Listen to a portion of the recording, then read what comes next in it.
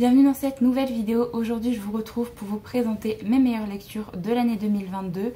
Je vous l'avais dit dans une précédente vidéo, mais je vais découper les vidéos par genre parce que je lis plein de genres différents et je ne pouvais pas faire juste un top 5 en fait de mes lectures parce que c'est pas possible. En plus de ça, vu que j'ai quand même lu pas mal cette année, ben forcément il y a quand même beaucoup de lectures que j'ai envie de vous présenter.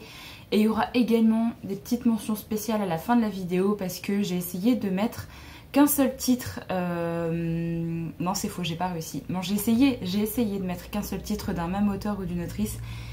Je me suis failli une fois, mais je pouvais pas choisir entre les deux. Donc voilà, je vais commencer avec la catégorie contemporain historique. J'ai quand même pas mal de petites choses à vous présenter parce que ben, j'en ai lu quand même beaucoup cette année. Le premier que je voulais vous présenter, c'est Les Lettres de Rose de Clarisse Sabart qui est sorti chez Charleston. Ça a été quand même une année assez où j'ai quand même découvert pas mal de titres de Clarisse Sabart. J'avais uniquement lu ces deux comédies de Noël en 2021 et du coup cette année j'ai quand même lu pas mal de titres d'elle. Et je voulais vraiment mettre celui-là pour mes meilleures lectures de l'année parce que vraiment celui où j'ai adoré les parties dans le présent et dans le passé. Sinon les autres, il y a toujours une des deux parties je trouve qui est plus faible que l'autre et du coup forcément je me suis dit lequel m'a vraiment resté marqué pendant très longtemps, et il y a notamment celui-là parce que on est dans des secrets de famille, on a une double temporalité avec du coup des parties dans le présent et des parties dans le passé où en fait on va suivre l'arrière-grand-mère et la grand-mère en fait de notre héroïne. Et en gros notre héroïne travaille dans un café avec ses parents à Paris et elle va recevoir l'appel d'un notaire qui lui dit que sa grand-mère est décédée et donc elle a hérité d'une maison dans le village natal de sa grand-mère et elle va retourner là-bas, découvrir un petit peu la maison et découvrir également des lettres qui racontent la vie de sa famille et de ses ancêtres. Donc on va découvrir ça au fur et à mesure avec elle et franchement j'ai adoré les personnages, j'ai adoré les thématiques également. J'ai adoré la partie dans le passé parce qu'on découvre quand même des femmes assez fortes, des femmes qui étaient très pionnières pour leur temps on va dire, parce qu'elles faisaient des choses qui étaient vraiment pas permises pour l'époque. On a également comment l'homosexualité était perçue à l'époque aussi, donc on a plein de thématiques comme ça. J'ai adoré les parties dans le présent aussi parce que Lola était vraiment une personne que j'ai beaucoup aimée au niveau de son caractère, au niveau de comment elle pensait et tout ce qu'elle va mettre en place en fait pour découvrir les secrets de famille. J'ai vraiment beaucoup aimé ça. Donc voilà, je pense que c'est mon préféré des Clarisse Sabart de cette année parce que j'ai aimé vraiment les parties dans le présent et dans le passé en même temps. Mais il y en a d'autres vraiment que j'ai adoré aussi, donc ça a été très très dur de faire un choix, mais il a bien fallu le faire. Alors ensuite, j'ai mis La couleur des sentiments de Catherine Stockett que j'ai lu vraiment en tout début d'année. Ça a été vraiment une lecture que je souhaitais faire cette année, ça a été une grosse briquette, donc c'est chouette de l'avoir sorti aussi, parce que c'est un classique que j'avais jamais découvert et j'avais vraiment envie de voir un petit peu de quoi ça parle. Je n'ai jamais vu le film non plus, donc je voulais vraiment lire le roman avant. Et ça a été vraiment une très très bonne découverte parce que au début j'avais des petits a priori parce que je pensais que ça allait être quelque chose de très négatif. Enfin c'est négatif parce qu'on parle de ségrégation, mais je pensais que c'était très sombre et qu'il n'y avait pas forcément beaucoup de lumière en fait dans le roman, et en fait c'est loin de là parce que on va suivre trois points de vue. On a deux points de vue où on suit des bonnes noires qui travaillent chez des familles blanches, on est dans les années 60. Et on a également le point de vue d'une fille blanche qui justement habite dans une maison qui a une bonne depuis des années aussi. Et en gros cette fille veut devenir écrivaine, sauf que pour l'instant elle écrit des trucs sur comment être la bonne femme parfaite à cette époque, enfin comment bien entretenir son foyer, enfin des choses comme ça. Et elle veut vraiment écrire quelque chose qui a du sens et elle va commencer à écrire un recueil de témoignages on va dire des bonnes qu'elle connaît sur leurs conditions de vie et sur comment elles vivent en fait tous les jours. Ça va pas forcément très très bien être perçu parce qu'à cette époque là les bonnes noires n'avaient pas vraiment d'avis à donner sur quoi que ce soit. Donc on va suivre vraiment la condition un petit peu de vie de ces bonnes. Et également deux points de vue très différents entre ces deux bonnes parce qu'elles ont vraiment des vies opposées. Mais on apprend vraiment à découvrir tout leur quotidien et que ce soit les mauvais moments mais également les bons. Comment elles vivent également de cette ségrégation, comment ça se passe vraiment chez les patrons en fait, chez qui elles sont. Et franchement j'ai beaucoup aimé, j'ai adoré suivre les personnages. Je trouve que tous les personnages étaient très attachants. On a des petites touches quand même humoristiques à certains moments et ça allège le récit, donc ça fait vraiment du bien. Mais franchement c'était une très très bonne découverte. Je regrette pas du tout de l'avoir sorti cette année parce que vraiment il y a pas mal de scènes qui me restent marquées, des scènes assez compliquées quand même à lire à certains moments. Mais j'ai vraiment beaucoup aimé et les personnages franchement ils restent marqués pendant très très longtemps parce qu'on s'attache énormément à eux. Après un petit peu dans le même genre où c'est un roman où on s'attache beaucoup aux personnages, où il y a des choses très dures qui se passent et un livre qui reste fortement marqué après sa lecture, c'est Betty de Tiffany McDaniel. J'en avais entendu énormément parler, je pense que c'est le cas aussi, donc je vais passer rapidement sur cette lecture, mais j'avais très envie de le lire cette année et j'aime beaucoup ces éditions poche de chez Gallmeister, donc quand c'était sorti en format poche je me suis précipitée dessus et ça a été vraiment une lecture vraiment très marquante. Alors ça n'a pas été une très bonne lecture dans le sens où j'ai adoré toute l'histoire parce qu'il y a vraiment des moments où je me suis sentie mal à l'aise, où il y a des moments qui m'ont vraiment mise hors de moi. Mais en soi, bah, c'est quand même le genre de lecture que je mets dans mes favoris parce que c'est une lecture extrêmement marquante. Une lecture où on s'attache énormément au personnage.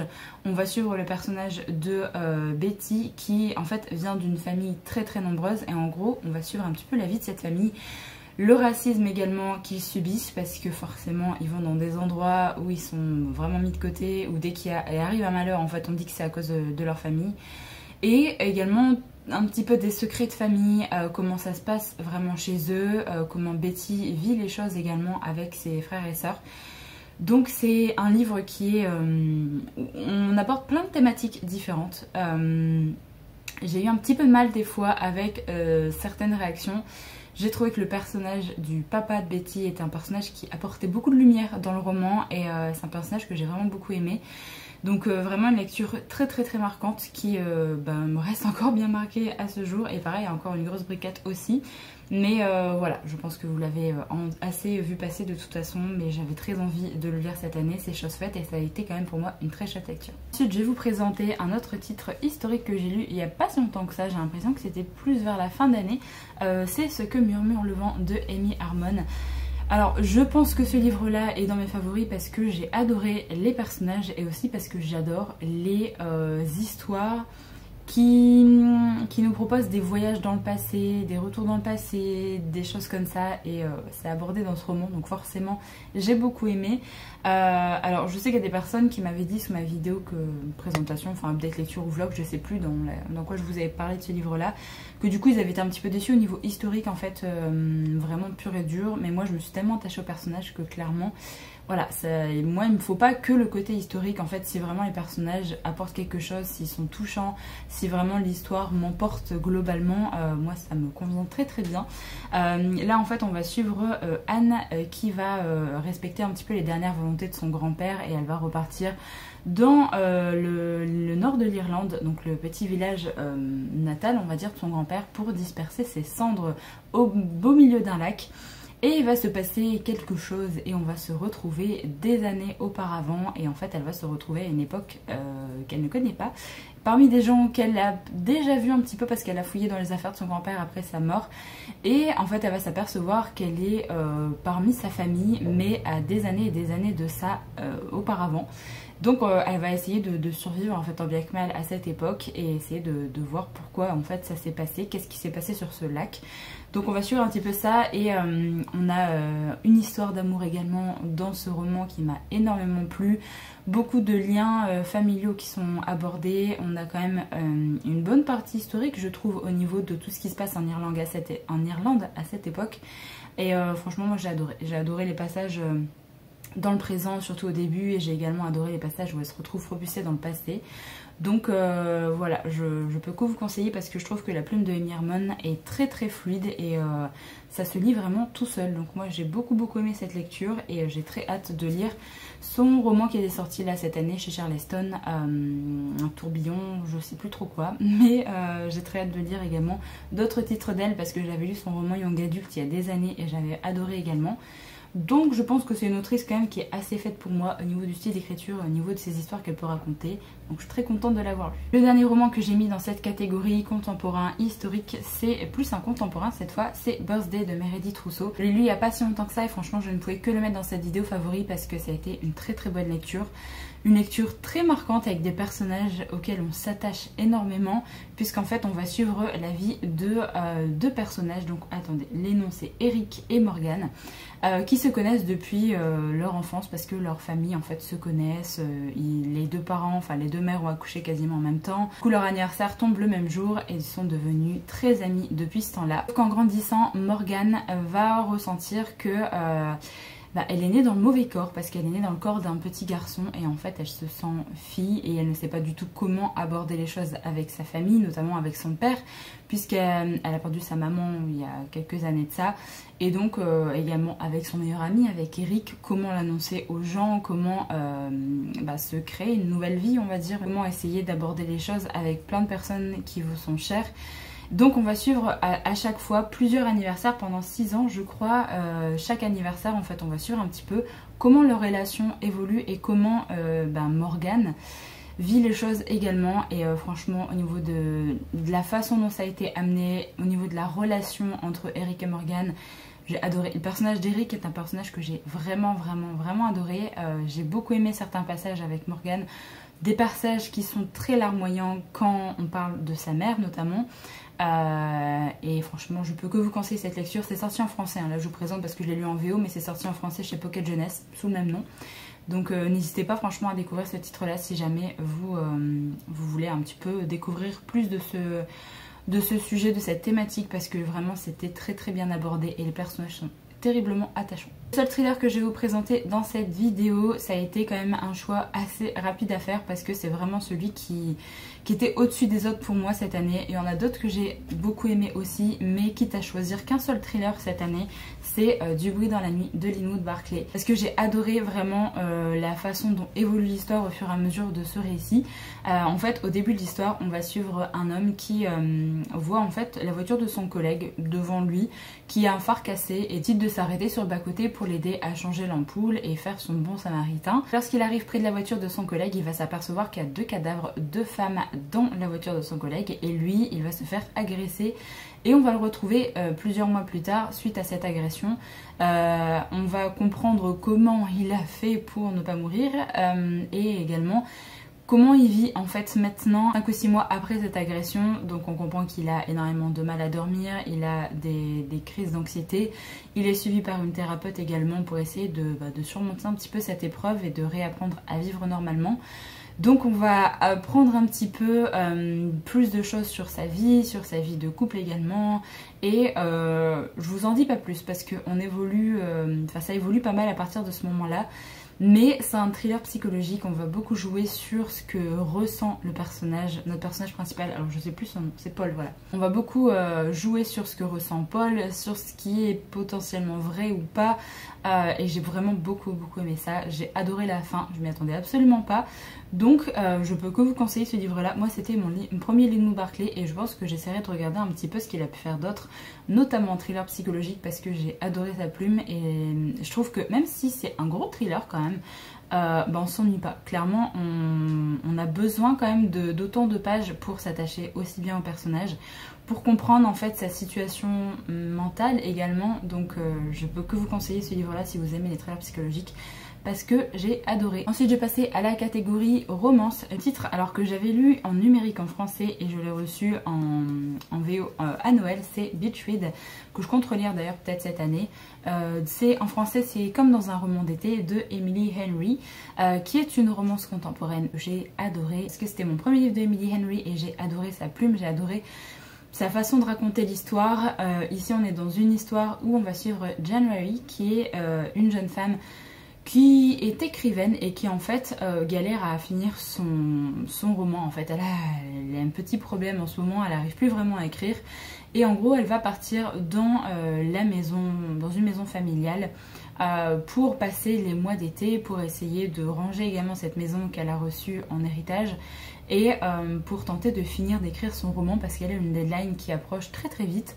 Sauf que lorsqu'elle va emménager dans cette maison, elle va vite s'apercevoir qu'elle connaît le voisin d'à côté et que c'est également un écrivain qu'elle n'apprécie pas trop en fait parce qu'il est assez hautain, assez sûr de lui, il n'écrive pas du tout le même genre également de roman et lui se prend vraiment au sérieux et en gros tout ce qui est littérature, tout ce que écrit en fait January c'est de la romance principalement et pour lui il considère ça un petit peu comme une sous-écriture, on va dire comme une sous-littérature plutôt, donc voilà, elle ne l'apprécie pas vraiment beaucoup et en gros ils vont finir par se mettre un défi où en fait le personnage masculin qui est Gus va devoir écrire quelque chose de plus léger qu'il n'a l'habitude d'écrire parce que généralement lui c'est des trucs très comment dire, très sérieux et il va devoir écrire quelque chose avec une fin heureuse, ce qu'il n'a pas du tout l'habitude de faire, et elle de son côté va devoir écrire quelque chose de plus sérieux entre guillemets qu'une romance. Donc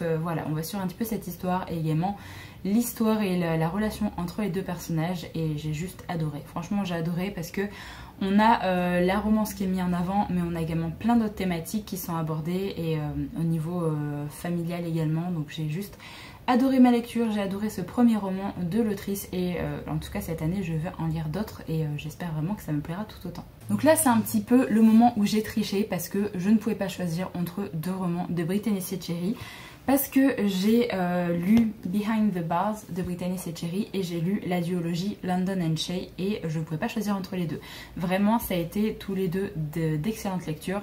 Ici parce qu'en fait on va suivre une jeune fille qui vit avec sa mère qui est très dure envers elle, qui souhaite la former en fait pour être une star de la pop, donc elle l'a inscrite dans des cours de musique, des cours de danse, des cours de théâtre et la pauvre n'a pas vraiment de temps pour elle. Et là elle a enfin demandé à sa mère de pouvoir faire sa dernière année de lycée dans un lycée public avec d'autres personnes pour essayer de mener une vie à peu près normale comme les jeunes de son âge et du coup c'est ce qui va se passer et elle va faire la rencontre d'un garçon qui se fait très souvent harcelé au lycée et elle en fait elle arrive, elle est assez jolie donc forcément elle est très bien accueillie, elle va pas être harcelée mais elle va commencer à défendre ce garçon. On va suivre un petit peu la relation entre les deux émerger et il va se passer quelque chose et on va les suivre 5 à 6 ans plus tard je crois suite à l'événement qui s'est passé avant. Voir à quel point les personnages qu'on suit ont énormément changé et on va retrouver un petit peu leur relation. La musique est très importante dans ce livre là et j'ai vraiment adoré. J'ai adoré les personnages, j'ai adoré l'évolution, que ce soit la partie où ils sont plus jeunes ou la partie où ils sont plus vieux, j'ai vraiment tout aimé dans ce livre là donc je ne pouvais que le mettre dans mes favoris de cette année.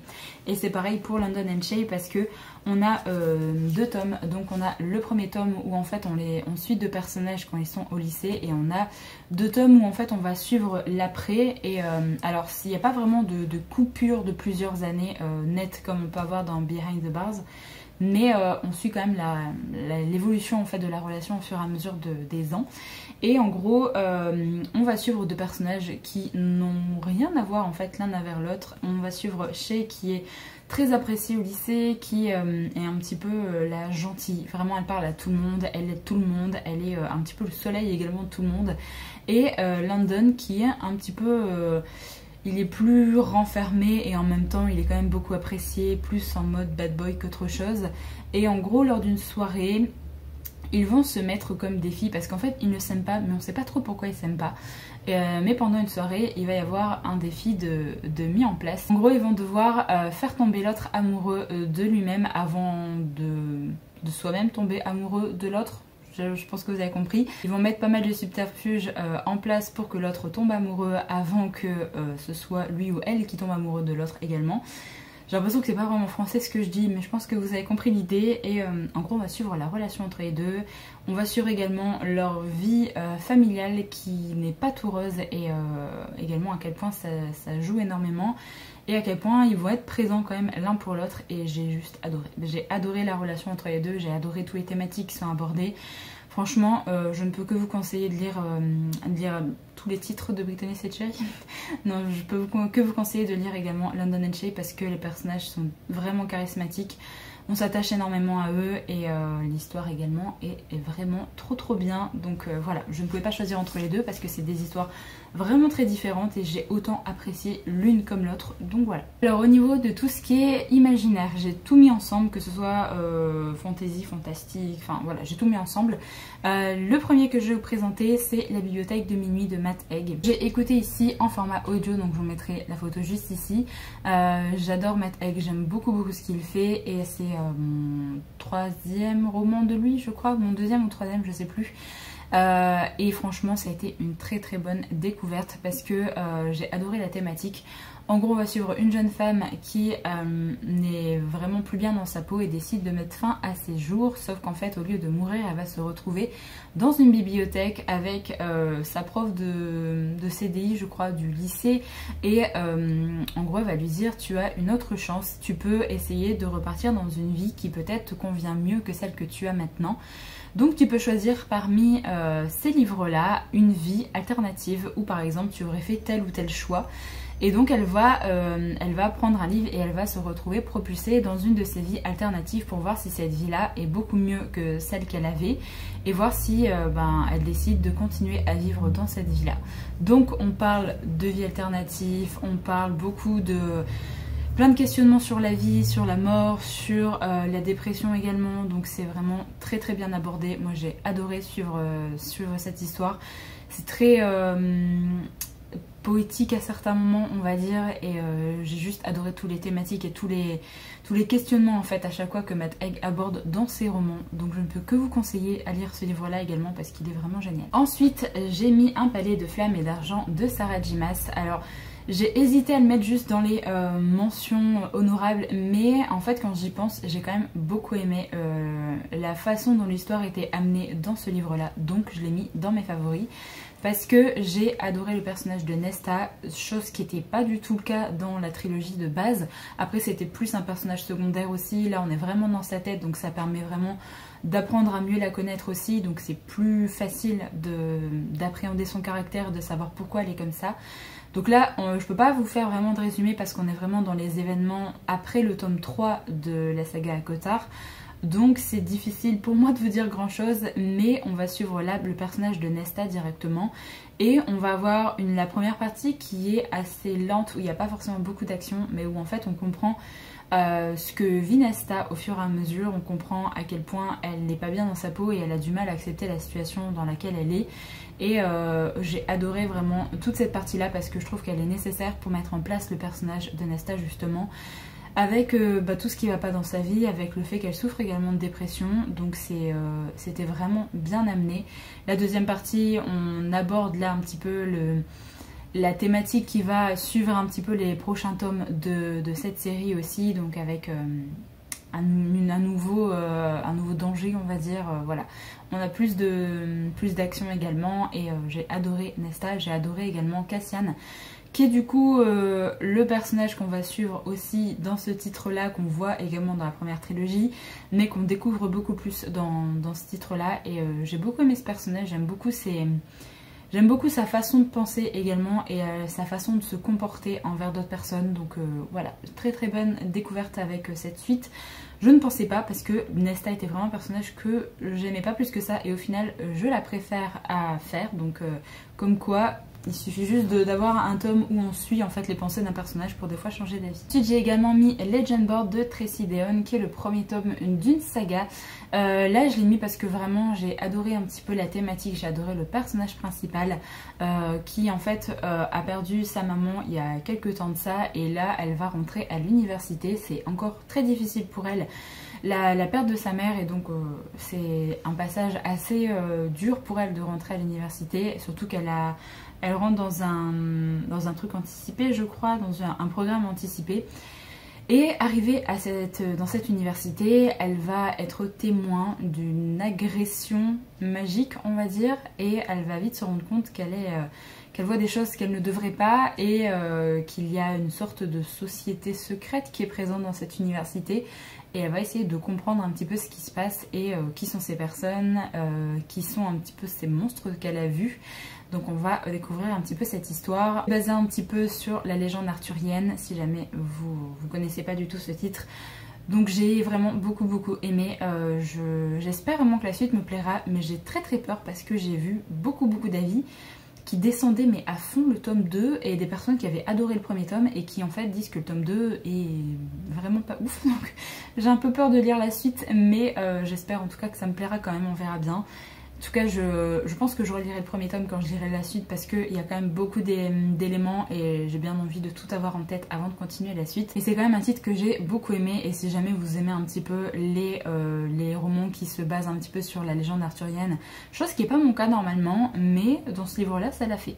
Donc si jamais vous aimez bien ça de base, je pense que ça va le faire. Et si jamais vous n'aimez pas trop ça, bah, sachez que moi c'est pareil normalement, et au final, bah, j'ai beaucoup aimé ce titre-là quand même. Donc on verra avec la suite, mais en tout cas celui-là a vraiment été une très très bonne lecture. Ensuite, je vous mets une image ici parce que j'ai lu en numérique, c'est la première partie de Justicière de Brandon Sanderson. J'étais obligée quand même de la mettre dans mes favoris parce que même s'il n'y a pas beaucoup d'action dans cette première partie et que j'aurais bien aimé avoir fini la deuxième partie également en 2022, mais ça n'a pas été possible, la première partie est vraiment une très très bonne lecture quand même, parce qu'on a beaucoup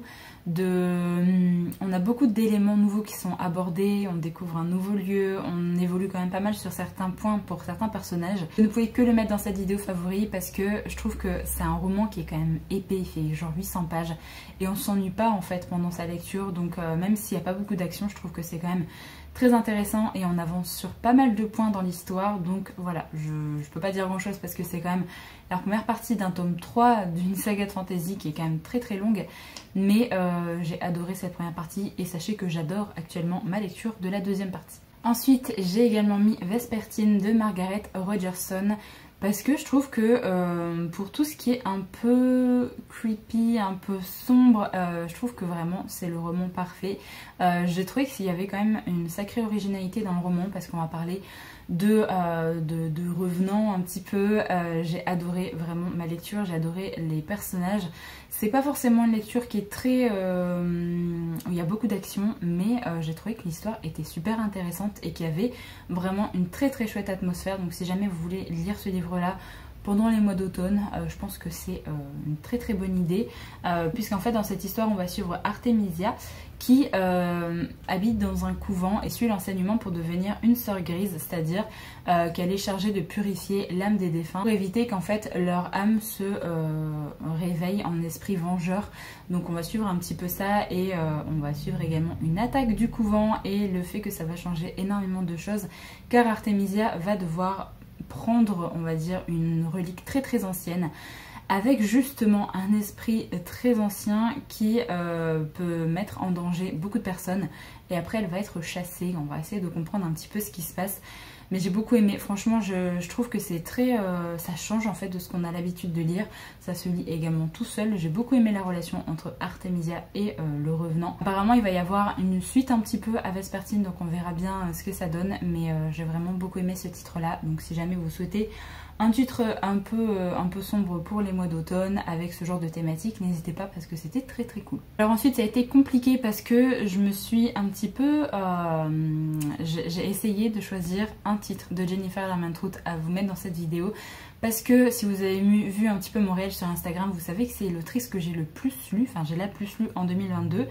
Et du coup ça a été compliqué pour moi de choisir qu'un seul roman à mettre là-dedans parce que je voulais mettre Covenant, je voulais mettre Dark Elements, alors pas sa saga de fantasy parce que c'est pas forcément ce que je préfère, mais je me suis dit le roman qui m'a le plus plu et m'a le plus tenu en haleine, c'est La Foudre et la Fureur, donc de Jennifer Larmentrout, qui est le titre spin-off de sa saga Dark Elements. Il faut avoir lu Dark Elements avant de lire ce livre-là et franchement j'ai adoré ma lecture, j'ai adoré le personnage de Trinity et j'ai été assez surprise par la fin. J'ai beaucoup aimé les personnages, on retrouve les personnages également de Dark Elements, donc ça c'était chouette. Mais franchement le personnage de Trinity me plaît énormément parce que j'aime beaucoup sa personnalité, j'aime beaucoup sa façon de voir les choses également, et j'ai adoré également un autre personnage qu'on voit aussi dans Dark Elements qui me plaisait pas du tout et qui là au final me plaît de plus en plus parce qu'il évolue et on comprend un peu mieux sa situation aussi.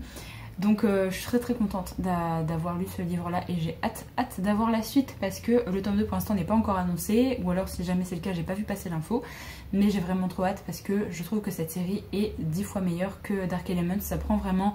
en fait l'univers prend en profondeur, ce qui est normal parce que Dark Elements c'était la première trilogie et là on a quelque chose qui est basée sur un monde qu'elle a déjà créé de base, donc forcément on apprend encore plus de choses. Et j'ai trop hâte de lire la suite, vraiment. Je peux pas vous en dire grand chose parce que du coup c'est une saga spin-off, mais c'était trop bien. Donc si jamais vous souhaitez, n'hésitez pas à lire Dark Elements pour lire ce livre là après.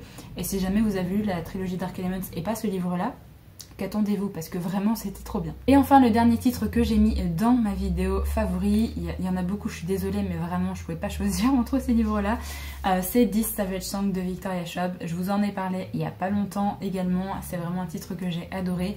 Victoria Schwab c'est une de mes autrices chouchou, donc forcément voilà, ça n'a pas été difficile pour moi d'aimer ce roman.